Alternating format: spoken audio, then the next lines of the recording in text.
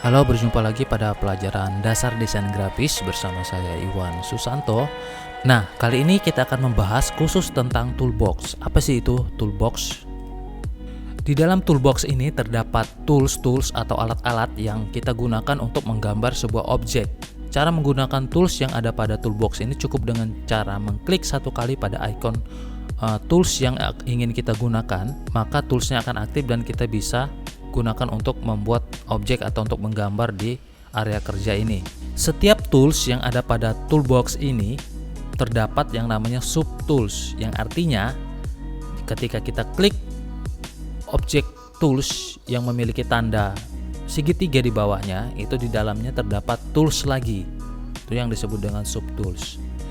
Setiap subtools ataupun tools yang ada di luar ini memiliki fungsinya masing-masing, tergantung dengan kebutuhan kita nantinya.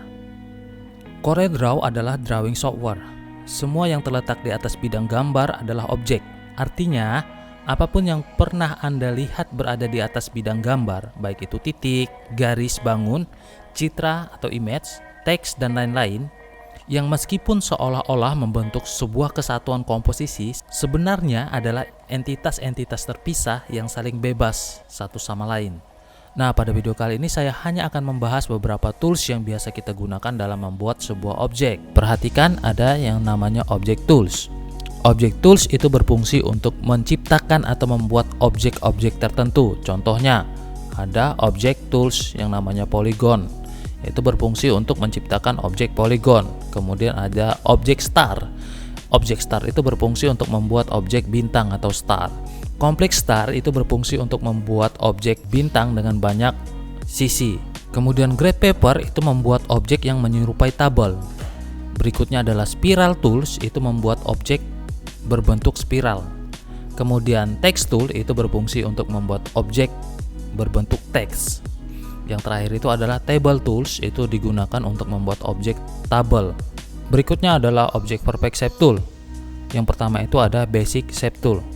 Basic shape tool ini digunakan untuk membuat objek-objek dasar seperti ini, kemudian ada seperti ini, kita bisa lihat ada seperti ini, kemudian ada seperti ini, ada seperti ini. Ini adalah objek-objek dasar yang dapat kita buat menggunakan perfect shape tool. Kemudian yang kedua itu adalah arrow shape tools. Arrow shape tools berfungsi untuk membuat panah-panah ya seperti ini. Anda bisa lihat semuanya ini bisa kita modifikasi kembali. Setelah itu ada yang namanya flowchart shape tool. Flowchart shape tool ini berfungsi untuk membuat objek-objek flowchart. Contohnya, kamu bisa lihat, biasanya flowchart shape tool ini digunakan untuk membuat suatu alir bagan atau suatu proses. Kemudian tools yang berikutnya itu adalah banner shape tool. Banner shape tool ini digunakan untuk membuat objek-objek banner. Contohnya seperti ini.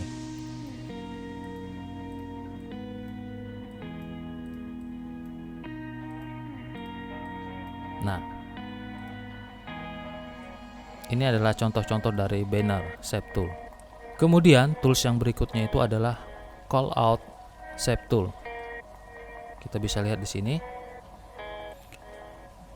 Ini biasanya digunakan untuk percakapan-percakapan ya.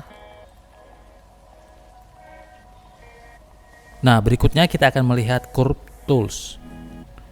Di dalamnya terdapat yang namanya freehand tools. Freehand tools itu berfungsi untuk membuat objek berupa garis bebas. Kemudian yang kedua itu adalah Bezier tools. Bezier tools ini berfungsi untuk membuat objek garis dengan menentukan banyaknya node. Node itu seperti ini.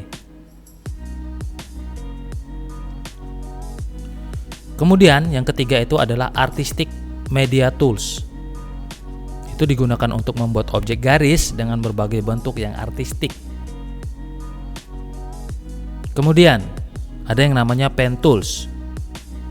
Pen tools ini membuat objek kombinasi antara garis lurus dan garis lengkung secara langsung. Berikutnya adalah polyline tool. Polyline tool digunakan untuk membuat objek, kombinasi garis lurus dan freehand secara langsung. Kemudian ada yang namanya 3-point tool. 3-point tool itu membuat objek garis dengan kurva 3 poin. Nah, itu penjelasan tentang toolbox dan beberapa tools yang sering kita gunakan dalam membuat sebuah objek. Pada video selanjutnya, kita akan membahas tools-tools lain yang belum sempat kita bahas dalam video pembelajaran kali ini. Saya harap video pembelajaran ini dapat membantu kamu belajar di rumah, sehingga kamu dapat menerapkan tools ini dalam proses desainmu. Sekian video dari saya, selamat belajar dan tetap bersemangat.